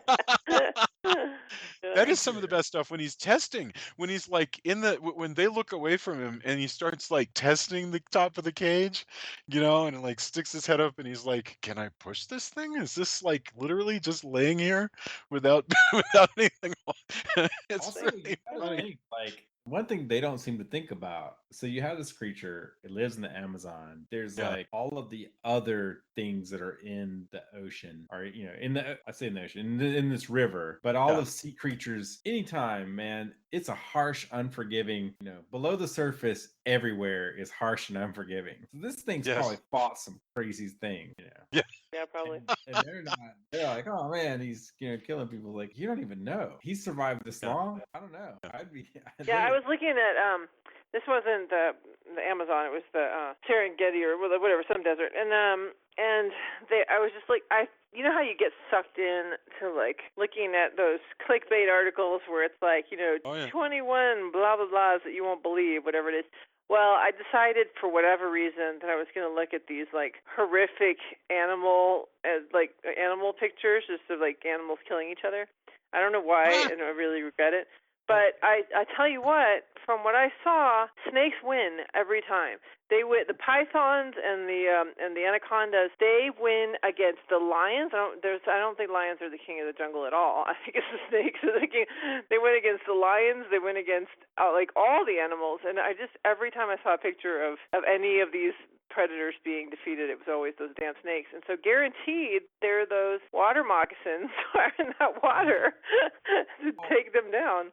I saw somebody who had like a huge, python as a pet, which happens, and they had their baby around it. That I was like, man, that is so stupid. That creature, I don't think knows or cares. Like, it was really just frightening to me that somebody had that. And that's they posted. I didn't post, I'm not there to be the police, but like, that was not cool. And actually, also, the reason I said ocean is because the whole thing this whole movie sparked this discussion with Rain and I, where like all the stuff that's down there that we don't know about is just as real, is more real than this, and just as scary though. Like, there's creatures that live in these like vents where it's boiling water, volcanic vents, and just crazy things that are a giant worm that just eats everything that you could think, with a knife you could probably get out. But just there's stuff down there, man. I don't want to know. You're referring to the thermal vents known as the black smokers, which are at the bottom of the Pacific Ocean and have these volcanic temperatures, and they just vent heat from the Earth's core. And yes, there are creatures that thrive in that environment. It is the weirdest thing. And it makes they touch on this, when they're first having their discussion at the beginning of the movie. There's things probably way more scary than the Gillman that we haven't even found, and I'm fine with them staying down there. It's okay with me. So yeah, Gillman is going to take advantage of this is the problem with being part of a hunky race of scientists who have split the atom, is that you think that you know everything. And so they have underestimated, in the same way that that the movie is kind of racist against all of these various brown people who are murdered by this fish that doesn't move them nearly as much. They are completely convinced of their own superiority in all things. And so they don't think of the fact that the Gillman could be way sophisticated and is certainly not going to have a problem with their stupid makeshift cage. But David has kind of figured it out, and he's like, let's get the hell out of there. But now, as they're trapped, two things happen. They have to try to get loose, and at the same time, they basically need to have a battle with the Gillman while the people running the winch try to free the ship. And so that means that the two hunky scientists ultimately go down together. And the dick scientist, Mark, winds up being the loser in that. He faces off against the Gillman, and he gets it. Did it surprise anybody that Mark gets it? That No, come on. He paid for his sins, basically. Yeah, like you want that to happen. I mean, right. Come on. There's always a chance that they, pull him back up and, give him CPR, but that's not how that played out. I was shocked he was dead. I have to say, I was genuinely surprised. I kind of figured, because it didn't look like he had been that terribly injured, but no, apparently he's mauled to death fighting. But therefore he sacrifices himself in order to let the ship go. He doesn't think of it that way. He's just trying to, again, he's trying to not cut his losses and try to salvage something out of this expedition and get the Gillman, and the Gillman gets him. We have one more beat in this film, and that's that now that they've freed the way for the ship to go, the Gillman manages to grab Kay, and our hero David has to pursue the Gillman into his secret lair, which is a grotto that you can access from under the cage. He swims. So you're telling me, Drew, this is the mermaid and Rico Browning. He swims with Kay way down, and then into this underground cave and up into what I presume is a grotto set. I mean, I assume these are all that is a set at Universal, and actually it's funny when Ben Chapman was carrying Julia Adams, he actually accidentally bumped her head against one of the stones, and they had to stop filming and patch it up and cover it up with makeup. And there's actually a really funny picture of the cast kind of standing around her and like the Gillman kind of doting over her. It's good stuff. My other favorite story about the funny thing is when Rico Browning has to take a restroom break, and so he just comes up out of the water, and there's just like mom and this daughter on the coast, and they're just like, ah! Take off running, and he's like, they took off, and that was the last I saw of them. Wow. I'm just imagining what that must have been like to see this creature come up out of the water. I think, Well, especially if you didn't know what it was. Yeah. Like Yeah, at of course that I time, don't know what nobody. it is, he's not filming at that moment. He's just like, oh, look, I got to cut for a restroom break. But I mean, He it's comes out not by like the himself. creature from the Black Lagoon. Like now we know what the creature from the Black Lagoon is. Like but before the movie came out, you wouldn't freaking know. You wouldn't be like, oh, they must be filming a movie. You'd be like, oh my god. Right.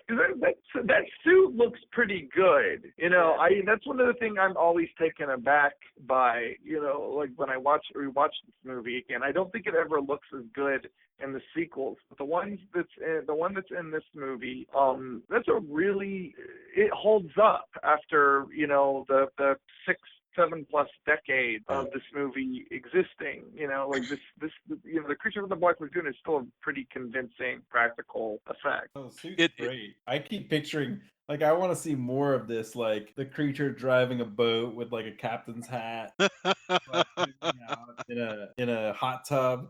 Like people come out of their hotel and they go to visit the Yes. hotel pool, and it's just the creature in the hot tub, just like cold chilling. Creature playing in the fountain. Well, that was what I was doing with the the. use of that. Like You're picturing the Friends opening. Creature just, comes like, out. playing. I would love to see the creature jump out of that fountain. Uh-huh. Oh, please somebody make that, because that would be amazing. Oh, that would be awesome. Yeah, but like in the same way that Jason has Creature and Mummy, this would just be Creature like around water-based. Oh, Creature at like a splash park. Yes. Or a family of creatures going to like Schlitterbahn. You know, and he'd buy he'd buy like an ice cream, and then he'd like maybe decide, no, I don't want it, and give it to this lovable, you know, kid who didn't have any ice cream, you know. And yes, I can absolutely see a sophisticated creature. Creature family at Schlitterbahn is. I wish that commercial got made. That would be amazing. So, where the hell were we? Okay, so the grotto. The grotto, and poor Julie Adams getting her head bashed against the wall. At least it's probably a paper mache wall, but apparently it did actually smart really badly. Joe Bob says that she had a mild concussion for a couple days. And anyway, this is really truly the end. He lays her on a rock, and I guess he goes back in the water maybe to go grab something else. Who knows? We don't even get really to see how big his lair is, but you can reach it also through the land. So the heroes come running. And when the creature comes up, first David actually attacks the creature physically with a knife, which may end up working, to be honest. But they end up riddling him with bullets, and the creature wanders back into the water, presumably to die. And that's the end. You know, we don't know really what happens to the creature, although, you know, box office tells us the creature will come back. And we don't even see like what happens next. Like we don't have a denouement.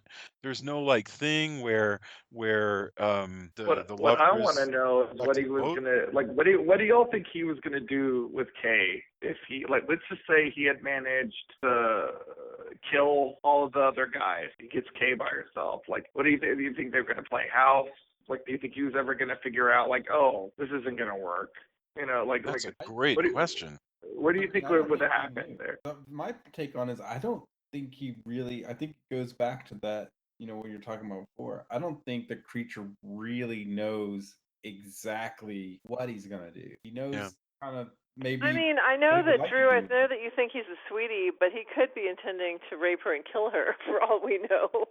Yeah. I don't know. I don't think that he's like a sweetheart. I think that these people encroached in on his territory and then proceeded to beat up on him until he got aggressive. So my sympathies are not with them. And I like I said, we've had this argument when we did the Kong movies. Like I don't sympathize with the human. Like honestly, one of the main reasons why I created my comic book is because of movies like this, because I wanted to see a story where the monster actually ended up with a girl and it was okay. Mhm. So like you're right. I don't think he actually knows what he's going to do with her, but I don't think he was gonna like try to eat her. Like I don't think that was it. Like 'cause certainly he had plenty of opportunity to just maim her and leave her for dead, because he does that to Yeah. everybody else. But I think do he I just think wants her as a yeah. pet, as a thing to own. I'm still Yeah. going with he's gonna feed her cigarette. Give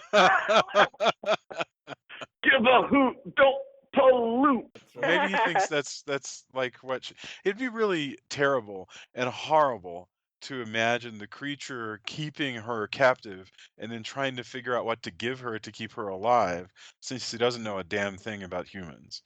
That is a funny idea.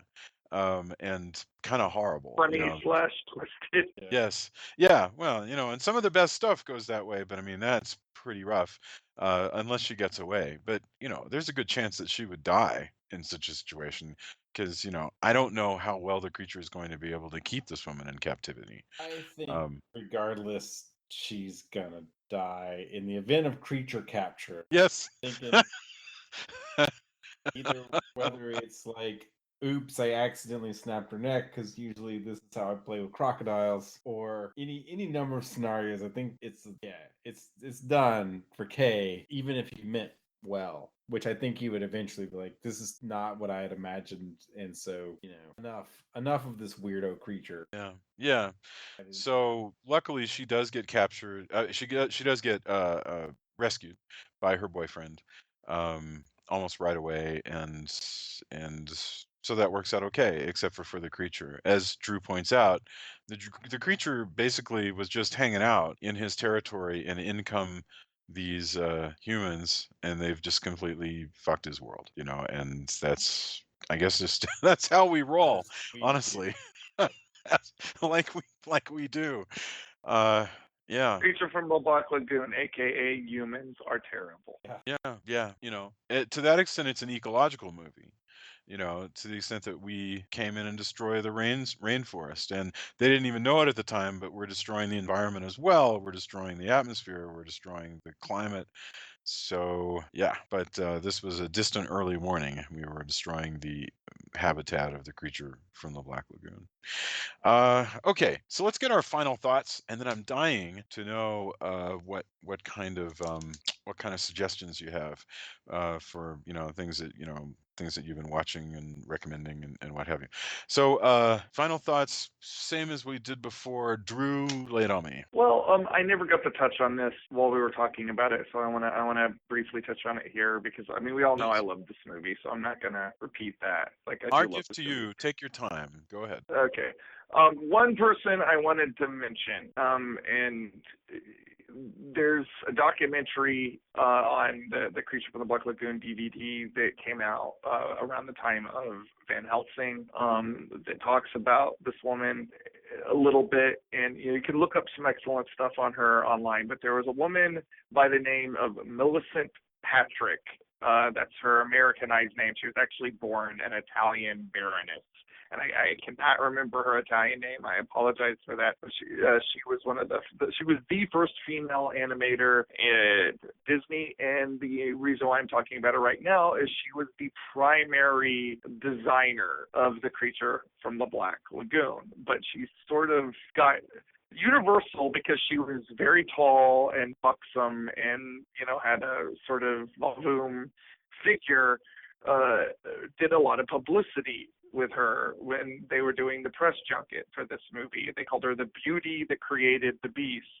But Bud Westmore, who was the head of the makeup department, really resented the way she was being trotted out, and he thought his own contributions were being kind of covered up. And so he basically shortly, I think she made one more movie for Universal after this, and she was basically blacklisted from Universal after that, because Bud Westmore's ego couldn't handle it.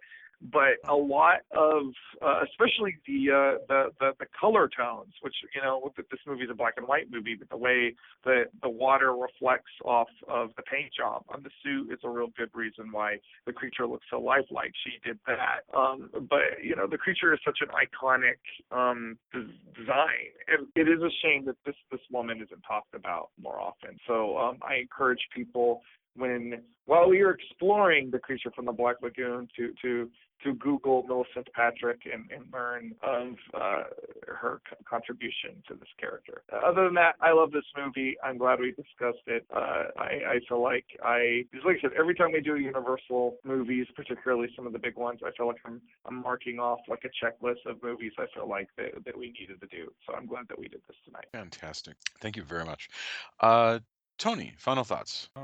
Yeah, I really love this movie. Again, both nostalgia of my youth, like watching movies and having a good time watching it with family, and then rewatching it as both an ecological film and a really great monster movie. And I'm glad that Drew also mentioned the creator. She did create one of the most iconic creatures. The suit, the look, the way his face is, all of that stuff. I mean, it's been aped many, many, many times since then, but there's a reason, because it's just a really fantastic design. It works really well. Like, he moves well. There's a lot of creature costumes that don't move nearly as well.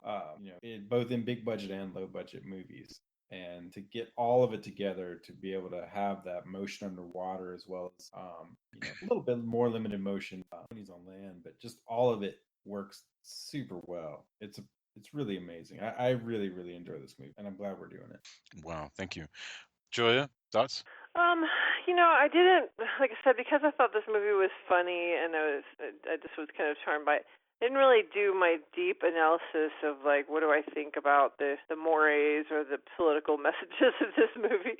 So I don't know. I probably, if I were watching it with a different mindset, might have been like, okay, what does this mean about how women are treated, and what does this mean about, But the fact is, because of the time it's in, of course, women aren't, and the fact that she's even kind of a scientist is pretty awesome. So I can't fault it too much for that. So I think it's just fun. I think it's just a fun one. I didn't feel like treating it like a big heavy morality lesson. Cool. I just am very thankful that we did this. I just really enjoyed watching it and seeing this world of the Amazon, and I'm a sucker for any expedition. Any expedition. If you show me a movie again where they gather together and then they go, well, I guess we need to requisition a boat and they're going somewhere, or I guess we need to go to that house and see if it's really the Everest of haunted houses, whatever. Any expedition, I'm down for that. I'm a sucker for it. Doesn't even have to be that good a film. And this is actually a pretty good film. Go ahead, Tony. And if it bites you, like the Exorcist sequels. Well, yeah, that's a good point. Although, when you say any, you gotta. yeah, there is that expedition in Exorcist 2. That was a terrible film. And yet, I'm just the saying, funny like, thing when you is, say any, be careful. as a plot, though, if you, it's a bullshit thing to say. For me to say The Exorcist 2 would be a good movie if you took out all the bad things in it is an absurd thing to say. But there's certain things I liked. I liked the rappelling, to get to the special city and all that crap. My point is merely be careful what you wish for. Yeah, okay. Fair enough. Well, I This mean, is I done also have you seen Congo? Holy God. That's a terrible film, but it is a classic, 1950s style expedition movie. If it had been made for a shoestring budget back in the 50s, we would be remembering it as a strangely daring, still terrible movie, but that we would forgive it a lot. But that was awful. Holy God. Downside, if it's made in the 50s, no Ernie Hudson. Right.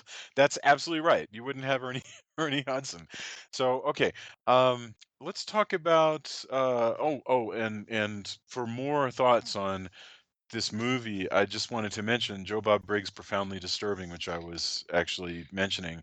He has a lovely chapter on the creature from the Black Lagoon. But let's get our endorsements for the week. Going in the same direction, Drew, what do you have to recommend? And also, since we just lost George Romero, if you have a favorite Romero, lay that on us as well. With Romero, I have a couple of things. Like, one of my, we've done most of the zombie movies on the show now. So I'm not gonna, you watch the Romero zombie movies. They're great. But I'm going to suggest, in remembering him, I'm going to suggest you watch Martin, which is a weird, offbeat, bummer of a vampire movie that Romero made, and Mhm. it's probably one of the more disturbing serial killer movies that's ever been made too. So like that's my suggestion as far as Romero, or Creepshow, of course, if you want something more fun. As far as what I've been watching, the thing that I have been all about since it came out is Glow. Glow is the gorgeous ladies of wrestling. It is it is on Netflix. It is from the producers of Orange is the New Black. It is dripping with 80s nostalgia, but the characters are also actually really, really well done, and I really hope it gets a second season, because I binged watched the whole thing in less than 24 hours. I liked it so much, and it's funny, it's dramatic, it has wrestling, it's got women in spandex with big hair. It's this weird mixture of things. But, look, if the wrestling thing turns you off, my wife doesn't like wrestling. Like, she could care less about wrestling. She watched one episode and she was hooked. So my suggestion is to watch Glow, and then after you're done binge watching that, go watch the documentary on the real life Glow, because it's a perfect.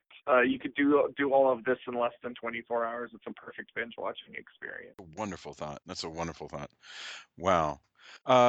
Tony, what about you? I have a bunch of stuff actually. So on Romero, Drew mentioned, of course, the zombie movies. I mean, we wouldn't have Resident Evil, wouldn't have, there's several Capcom games. Dead Rising, we wouldn't have. Just pretty much, Living Dead movie straight up, especially the first one. If you want to see something off the beaten path, and again, I'm going to go with Martin as well. But The Crazies, and also, oddly enough, and it's on Shout Factory TV, Night Riders, about a motorcycle Ren fair of sorts. They actually ride around on motorcycles, jousting and everything. It's a great choice. Oh man, it's great. It's on, and you can see it for free on Shout Factory. Also on Netflix, besides Glow and the documentary, which I think make great companion pieces. The Void is now on Netflix. Great practical effects. Maybe not a perfect movie. And full disclosure, I know some of the people who made it, but it's got there's a lot of cool horror stuff. I did a review of it on horrormovies.net, and I fully support this indie horror in The Void. Also, if you want to see my doppelganger, it just turned up on Netflix, and it was one of my favorite films, not just because of that, but I thought it was interesting. If it's a somewhat dark movie, so I'm not recommending it for everyone, but there's a movie called They Call Me Jeeg. That's Jeeg. It's a Jeeg Robot was an anime. It ties into that, but it's an Italian dark superhero drama. At the villain, it was kind of weird seeing on screen because we bear resemblance, definitely. Anybody knows me if you see this film. But I just want to interject. I Google searched this, folks. This isn't something that's in Tony's head. Like this is his long lost Italian cousin or something. It's truly strange. Yeah, absolutely. And video games, maybe it's a parent trap thing, and you were separated at birth, and you're actually twins. Maybe, you never know. I guess, and neither of us has a beard per se, so I don't know who's the evil one. But also, I've been playing a lot of the Mad Max. Well, mainly because I just got a PS4 and it was on cheap. But if you liked Fury Road and you want to, rumble across the wasteland in a car and then getting out and, killing war boys and such, this is a really good, basically, sequel to Fury Road. Wow. It's an open world game, so there's maybe too much to do in some cases. People have said it's repetitive, but again, I personally can't get enough of, destroying cars and fighting bad guys. And so all the repetitive nature of it works fine with me. But if you want it's been out a while, but every once in a while there's some glitches too, which make it not as great, but it's solid. The writing's great. It's a straight up sequel to Fury Road, and it works really well that way. Sounds fabulous. Can't get enough of it. It's awesome. I'm gonna be sad when I finish. Thank you.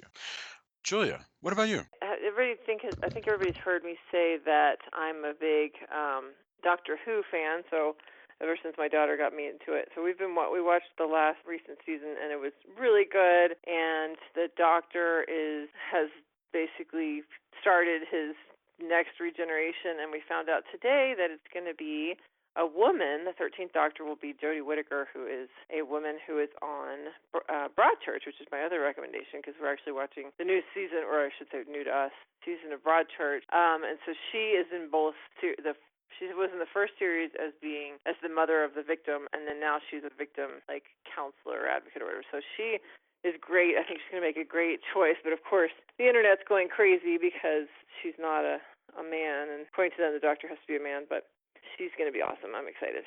So yeah, I don't cop to that. I think, it doesn't affect me in a huge way because maybe I don't watch it as much, but I think it's awesome.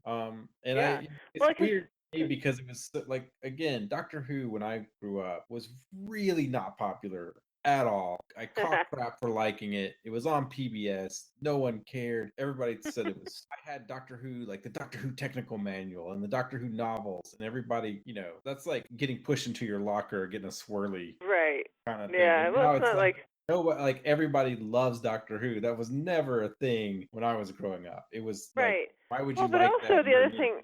The other thing is that they've been setting us up for to be a female because they have a female master this last time. So we know that Time Lords can be women. Yeah, but did you notice that dialogue? Did you catch those hints when they were giving them to us? Well, no, I'm saying, so the master thing, yes, of course, because that's obvious. But then, like I said to you earlier, Jason, is that when there is that line when he goes, "What is is the future all women?" and Peter Capaldi goes, "One can only hope," or whatever. And Sophia and I both looked at each other and went, "Oh my God, I wonder if that's a hint that the next Doctor's going to be a woman."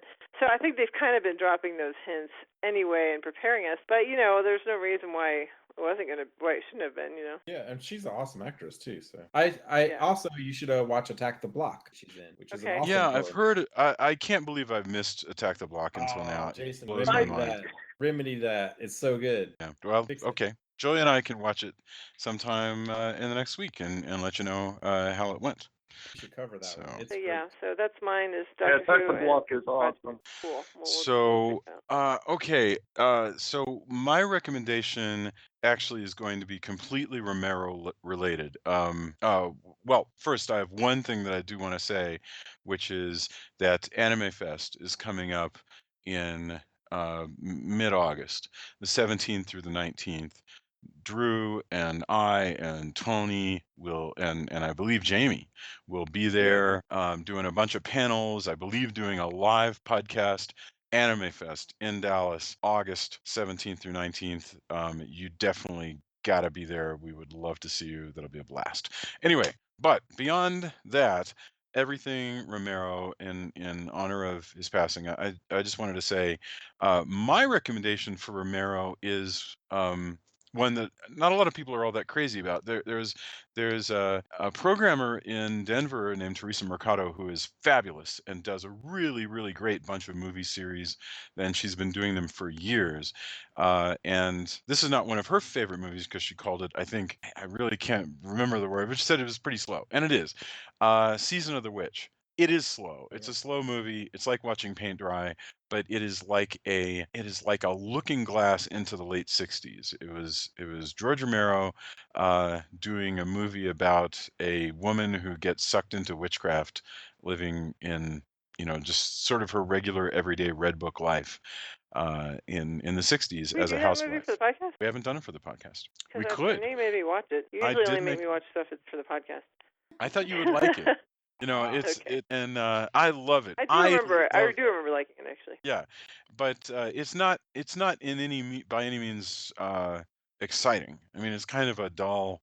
In the same way that Drew's mentioned how boring Let's Scare Jessica to Death is, very similar.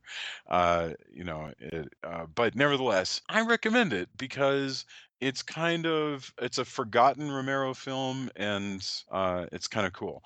But not included in that are 4 movies that are going to be showing at the SIE Center, and these are going to be programmed by Teresa Mercado and her Scream Screen series. In What do the you mean first, by program? well, so in other words, Teresa Mercado of Scream Screens, she puts these series together. So the person who sets up what movies are going to be is called a programmer. So Oh, I so always they're assumed programmer has to do with computers, so I didn't know. well, that's true. It's a really good point. But no, in this case, it's somebody who's like Lars Nilsson at the Alamo Draft House puts together. Well, I mean, I don't know if he does now. Now he's with AFS, but yes, he's still an amazing programmer. Right. Yeah, And it takes a very particular skill to figure out like what are you going to play, and how are you going to put them together. And it just so happens that for the first 4 Fridays in October, and the first 4 Fridays in October at the SIE Center in Denver, they're going to be showing Romero movies, 9:30 p.m. Fridays. There will be a live band before each movie, and they're going to do Creep Show, Martin, The Crazies, and Two Evil Eyes. That's 4 Fridays in a row, and that Creep Show is in 35 millimeter. Tony and Drew, if you want to come crash, it would be awesome to see 35 millimeter Creep Show with you.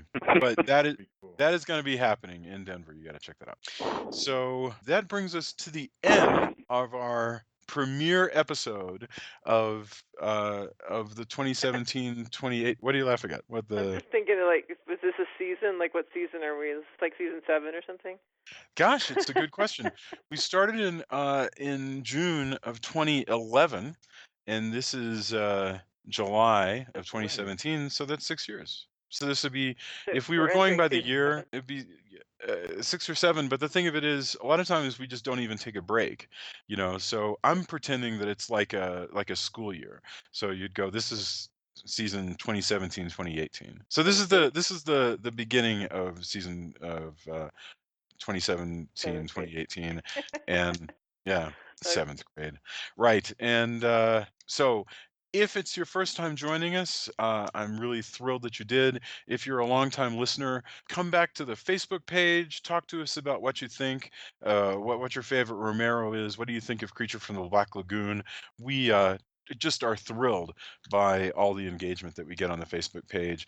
Tell your friends, gather them, drag them to the Black Lagoon, and put them in a bamboo cage and make them listen to our show, because that will make them love it. And Damn, Jason, I'm every time. Like, I think we're gonna get away. Like, oh yeah, Jason's saying, "Look, hey, it's great. It's just his end." Oh no, let's tie your friends up or subject them to some sort of terrible torture because I guess we're horror. Like, man, We really? need to develop some boilerplate, Tony and Drew and me, that says that the views reflected by Jason are not the views of Castle. You're Or a lawyer. You're a lawyer. True. How are we accessories after the fact now? Here, this is exactly why I think he's like, hey, so we're glad, come to the Facebook page. It's great. Oh, and if you want, put your friends in a bamboo cage and shove them in the water. Surely nothing will be wrong with that. Just letting that go. Goodbye, everybody. Like, no. Handcuffs. All right. No. Yes. Just Once again, Jason thing Hendricks' is- views are not reflective of the views of Castle Horror Podcast. we I love the think- Facebook page and we love the reviews you put on iTunes and anywhere else on the internet, but we do not condone. I personally do not condone putting your friends in a cage under the water. I wasn't picturing that they would actually submerge them entirely, because you want them to listen. Oh, To the that's show. well, that makes a huge difference then. See, Jason, if you were in Creature from the Black Lagoon, you would get killed because of it. I'm opposed to false imprisonment in general. Yeah. All right. Well, Do not imprison people. Do not condone if you are human or gillman or any species you associate with. We do not condone any of that. Well, Despite Drew what and I Jason- differ on whether we condone Gilman being tied up, but the rest of the humans. Yes. Gilman just wants Oh to my be. God. Gilman just wants to chill. We didn't even get into the homoeroticism. Well, what are you gonna do? We'll have to Yeah, see. we did. We totally Okay. did. All right. Not. Yep. Yeah. You're right. Amazingly, we talked more about how studly those guys were than Julia Adams and her thigh slits on her bathing suit. Like, how did that happen?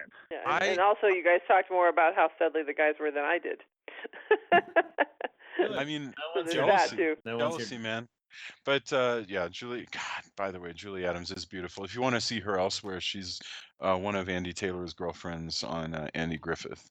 If you want to see her elsewhere, I have her in a cage in my basement, also called the Black Lagoon. He forces her to watch he forces her to listen to the podcast episodes. The dark joke, my friend. Julie All right. Adams is no longer with us, by the way, and I am appalled. I'm appalled by every one of you. Well, mostly Jason. I regret nothing. All right, guys. Thank you so much. I really appreciate you being here. And let's do it next week. We're going to be on. I believe. Yeah. Shouldn't have any problem with next week. So I believe it's going to be Revenge of the Creature, and then the creature walks among us, and then God knows what's going to happen on the next three. But I know that it's going to be summer related. And so if you have any recommendations for good summer movies we haven't done yet, I hear people talking Piranha. I hear people talking Horror of Party Beach. Let's figure out what we're going to do. So come in and make your recommendations. Thanks, everybody. Have a fantastic evening. I'll talk to you soon. Bye, everybody. Night. All right.